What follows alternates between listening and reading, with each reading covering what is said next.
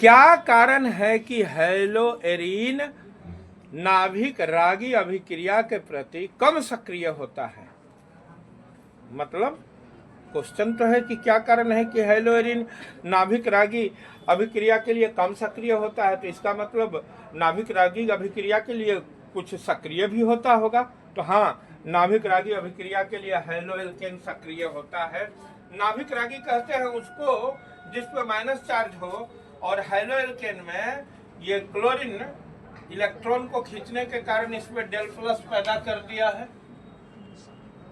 अब इस del plus पे नाभिक रागी का अटैक होगा। अब इसका सीधा मतलब है कि कहीं ना कहीं यहाँ पे डेल प्लस कम पैदा होता होगा। जितना आसानी से इस पे डेल प्लस पैदा हो रहा है, इस पे नहीं हो रहा होगा।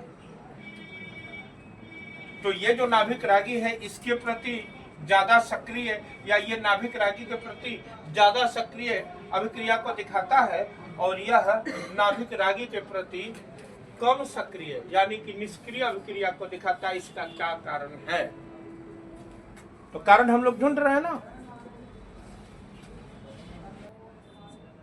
तो पहला कारण जो है, पहला कारण यह है कि हैलोएरीन के क्लोरीन वाले या हाइड्रोजन वाले कार्बन पे sp2 हाइब्रिडाइजेशन होता है, और इसमें sp3 होता है। दोनों का तुलनात्मक स्टडी कर रहे हैं। तो एक हैलोएल्केन के कार्बन पे sp3 होता है, और हैलोएरीन के कार्बन पे sp2 होता है। अब S के कंपेयर में P पर ज्यादा पॉजिटिव चार्ज होता है। कैसे? या ज्यादा पॉजिटिव नेचर का होता है, या पॉजिटिव नेचर मतलब जो ज्यादा आसानी से इलेक्ट्रॉन लूज कर दे। S ऑर्बिटल को देखिए, ये नाभिक के कब्जे में है, क्योंकि एक ही स्फीयर बना रहा है, गोला बना रहा है। दो ही इलेक्ट्रॉन रख करके ये एक ही ना गोला बना रहा है, जबकि Px दो इलेक्ट्रॉन रख के दो गोला बना रहा है।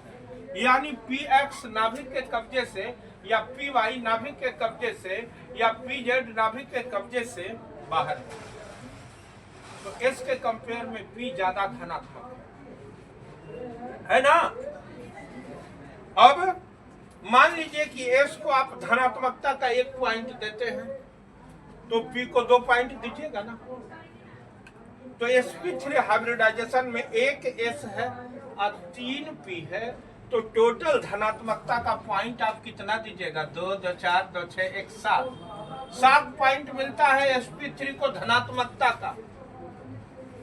तो sp2 को धनात्मकता का कितना पॉइंट मिलता है? 5। तो sp2 sp3 के कंपेयर में कम धनात्मक है ना।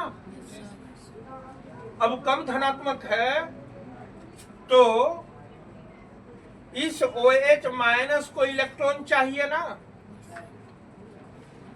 अब ये अगर ज्यादा धनात्मक है तो इसमें ज्यादा इलेक्ट्रॉन लूजिंग टेंडेंसी है।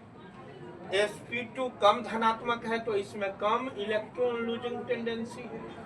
तो पहला कारण तो ये हो गया कि नाभिक रागी इस पे अटैक इसलिए करता है क्योंकि इसमें ज्यादा इलेक्ट्रॉन लूजिंग टेंडेंसी होता है। इस पे इसलिए नहीं करता है क्योंकि इसमें कम इलेक्ट्रॉन लूजिंग टेंडेंसी होता है। यानी sp के कंपेयर में sp2 ज्यादा पॉजिटिव होता है, sp2 के कंपेयर में sp3 ज्यादा पॉजिटिव होता है, और sp3 के कंपेयर में sp3d ज्यादा पॉजिटिव होता है, और sp3d के कंपेयर में sp3d2 ज्यादा पॉजिटिव होता है। आप sp से इधर बढ़ेंगे तो इनका धनात्मक प्रकृति बढ़ते जाता है। क्लियर हो गया? तो हैलोएरीन में sp2 हाइब्रिडाइजेशन है, जबकि हैलोएल्केन में sp3 है।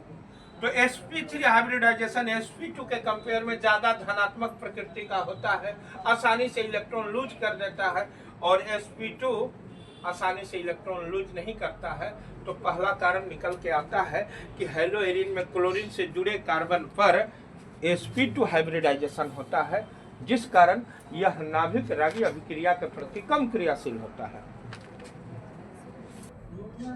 तो पहला कारण तो हाइब्रिडाइजेशन था। मैं एक बार आपको बता दूं sp के कंपेयर में sp2 हाइब्रिडाइजेशन में ज्यादा इलेक्ट्रॉन लूजिंग टेंडेंसी होता है, sp2 के कंपेयर में sp3 में और ज्यादा इलेक्ट्रॉन लूजिंग टेंडेंसी, sp3 के कंपेयर में sp3d में और ज्यादा इलेक्ट्रॉन लूजिंग टेंडेंसी, और इसके कंपेयर में sp3d2 में और ज्यादा इलेक्ट्रॉन लूजिंग टेंडेंसी।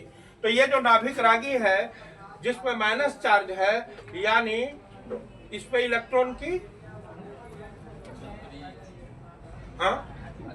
अधिकता है। तो जिसमें इलेक्ट्रॉन जितना ज्यादा हो वो उतना धनात्मक पे अटैक करता है ना। धनात्मक मतलब इलेक्ट्रॉन की किल्लत, यहाँ सबसे ज्यादा इलेक्ट्रॉन का किल्लत है, यानी sp2 से भी ज्यादा sp नाभिक रागी को आकर्षित करता है, क्योंकि वहां इलेक्ट्रॉन की अधिकता है या यहाँ इलेक्ट्रॉन की कमी है, तो वो इस पे इलेक्ट्रॉन फेंकेगा ना। तो इसके द्वारा फेंके गए इलेक्ट्रॉन को कौन ज्यादा एंजॉय करेगा? जो ज्यादा धनात्मक है। तो ये लोग कम धनात्मक है, नहीं बोलिए, समझे? धनात्मकता मतलब इलेक्ट्रॉन का क्रेसिस, ऋणात्मकता मतलब इलेक्ट्रॉन की अधिकता, समझ गए ना? तो इसके कंपेयर में इस पे ये ज्यादा सक्रिय होगा, लेकिन यहाँ तुलना इसके बीच में हुआ। ये था हेलोएल्केन में और ये था हेलोएरिन में। पहला कारण हो गया कि हेलोएरिन में sp2 हाइब्रिडाइजेशन होता है। अब दूसरा कारण रिजोनेंस प्रभाव। रिजोनेंस प्रभाव होता है ना बेंजीन रिंग में, पॉजिटिव निगेटिव रिजोनेंस पढ़े है ना, आपको पता है ना कि ये डबल बॉन्ड अपना पोजीशन बदलते रहता है। डबल बॉन्ड यहाँ से यहाँ आ जाता है ना, तो डबल बॉन्ड यहाँ बीच में एक तरह से इलेक्ट्रॉन का गोलाकार वृत्तीय मोमेंटम के लिए जाना जाता है। और जब इलेक्ट्रॉन बीच में गोल गोल घूमता है तो ये बाहर से इलेक्ट्रॉन खींचने लगता है। अब जिस कारण क्लोरीन इलेक्ट्रॉन खींचने के लिए जाना जाता है ना, यहाँ ये इलेक्ट्रॉन खींचा तभी ना डेल प्लस पैदा हुआ, तो ये अटैक किया। यहाँ ये इलेक्ट्रॉन जितना खींचेगा ना, ये भी इलेक्ट्रॉन को खींचने लगता है, क्लोरीन नहीं खींचता है। रिजोनेंस प्रभाव के कारण कार्बन भी इलेक्ट्रॉन को खींचने लगता है। हर एक कार्बन परमाणु इलेक्ट्रॉन को खींचने लगता है, जिस कारण यहाँ से यहाँ पर क्लोरीन के द्वारा कम डेल प्लस पैदा किया जाता है, या डेल प्लस पैदा ही नहीं किया जाता है। हेलोएल्केन में क्लोरीन इलेक्ट्रॉन को अपने तरफ खींच करके डेल प्लस पैदा कर देता है, जिस कारण से OH माइनस का अटैक हो जाता है, लेकिन यहाँ क्लोरीन इलेक्ट्रॉन को खींच ही नहीं पाता है। तो रिजोनेंस प्रभाव के कारण हर एक कार्बन में खुद के तरफ इलेक्ट्रॉन खींचने की टेंडेंसी आ जाती है, जबकि यहाँ कार्बन में इलेक्ट्रॉन लूजिंग टेंडेंसी है। अब बेंजीन रिंग के हर एक कार्बन में इलेक्ट्रॉन लूजिंग टेंडेंसी खत्म हो जाता है, तो ये क्लोरीन यहाँ बैठे बैठे कुछ नहीं कर पाता है, यानी डेल प्लस डेल माइनस पैदा नहीं कर पाता है। तो क्या लिखेंगे? रिजोनेंस प्रभाव के कारण हेलोएरिन का क्लोरीन डेल प्लस या डेल माइनस पैदा नहीं कर पाता है। यानी हेलोएरिन में मौजूद हाइड्रोजन का जो एटम है खुद पे डेल माइनस और कार्बन पे डेल प्लस पैदा नहीं कर पाता है। इस कारण भी नाभिक रागी अभिक्रिया के प्रति हेलोएरिन उदासीनता दिखाता है। कारण इस पे अगर प्लस चार्ज पैदा हो जाए तो इसको बोलते हैं कार्बो कैटायन। इसको बोलते हैं, ये भी कार्बोकैटायन बनेगा। मान लीजिए कि किसी कारणवश इस पे भी प्लस चार्ज पैदा हो जाए तो ये भी कहलाता है कार्बोकैटायन। इसके कार्बोकैटायन का कोई माई बाप नहीं होता है। अगर इस पे प्लस चार्ज आ गया इस पे, तो इसको इलेक्ट्रॉन देने वाला कोई नहीं। यानी अगर इस पे धन आवेश हो गया तो ये स्टेबल नहीं रहता है, बेचैन हो जाता है। और इस पे अगर धन आवेश हो गया तो ये स्टेबल हो जाता है। क्यों?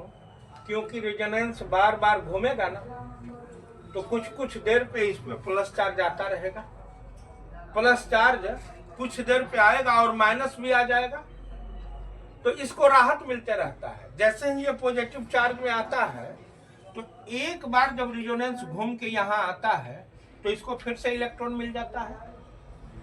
तो इसका जो कार्बोकेटायन है वो ज्यादा स्टेबल होता है इसके कार्बोकेटायन से। कार्बोकेटायन का मतलब प्लस चार्ज वाला कार्बन। इसका जो प्लस चार्ज वाला कार्बन है उसका कोई माय बाप नहीं होता, उसको कोई इलेक्ट्रॉन नहीं देता है, उसको बस इलेक्ट्रॉन देने वाला OH माइनस आयन है।